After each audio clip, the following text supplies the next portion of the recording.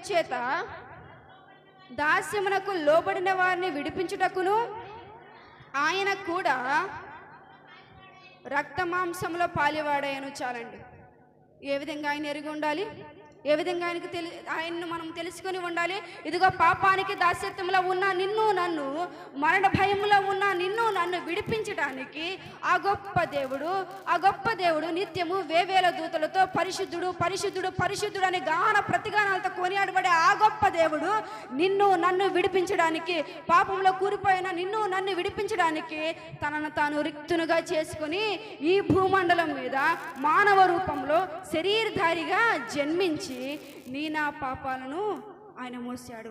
కేవలం నీవు నేను చేసిన పాపాలను విడిపించడానికి, నీవు నేను చేసిన పాపాలను మనకి విముక్తినివ్వడానికి, మన పాప భారం ఆయన మోసి మనల్ని పవిత్రులుగా చేయడానికి, మరణంలో నుండి జీవంలోనికి మనల్ని దాటి వేయడానికి ఆ గొప్ప దేవుడు ఈ భూమండలం మీద జన్మించాడు. తన అమూల్యమైన రక్తంతో కలువరిలో నిన్ను నన్ను పవిత్రులుగా చేశాడు. ఇదిగో ఇది ఆయన ఎరిగి ఉంటాడు. అంటే నేను మరలా చెప్తున్నాను, పాపానికి దాస్యత్వంలో ఉన్న నిన్ను నన్ను, మరణ భయంలో ఉన్న నిన్ను నన్ను విడిపించడానికి తన పరిశుద్ధమైన రక్తాన్ని ఇచ్చి మనల్ని పవిత్రులుగా చేశాడు. ఇదిగో ఇది ఆయన ఎరిగి ఉండటం అంటే, ఇది ఆయన తెలుసుకోవడం అంటే. తెలుసుకున్నావా? పేతురు గారు తెలుసుకున్నారు. అందుకే ఆయన అంటున్నాడు యోహాను 6:68, మేము ఎక్కడికి వెళతామయ్యా, నీవే నిత్య జీవపు మాటలు కలవాడు.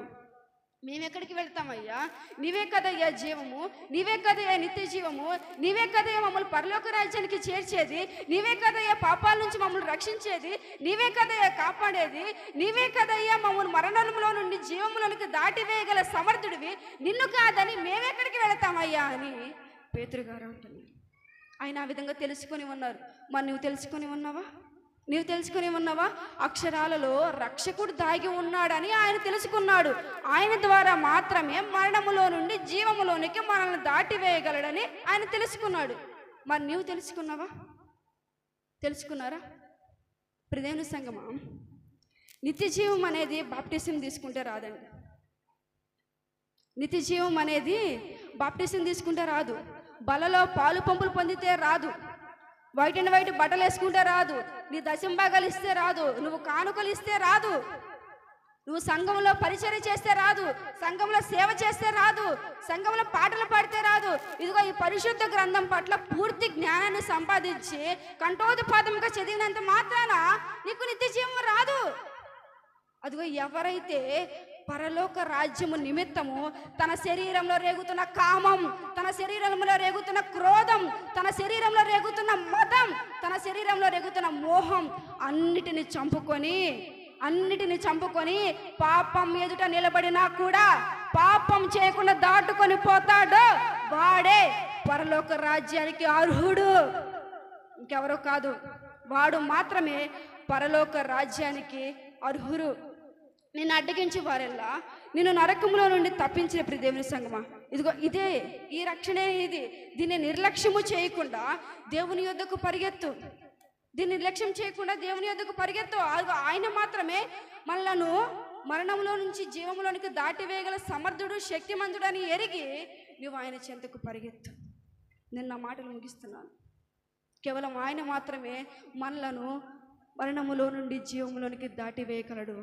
మనము ఆయన రక్తంలో కడుగుబడితే ఆయన మమ్మల్ని జీవంలోనికి దాటివేసి మనకు తన పరలోక రాజ్యాన్ని ఇచ్చి తన కుమారులుగా తన కుమార్తెలుగా చేర్చుకోగల సమర్థుడు. Be careful. Jesus Christ is coming soon and be prepared to meet him. Thank you.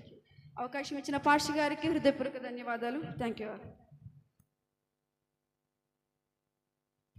ఇంతవరకు మంచి వర్తమానం ఇచ్చిన మరి సహోదరి కుమారి చొప్పర ప్రత్యూషకు ప్రత్యేకంగా వందనాలు తెలియజేస్తున్నాను.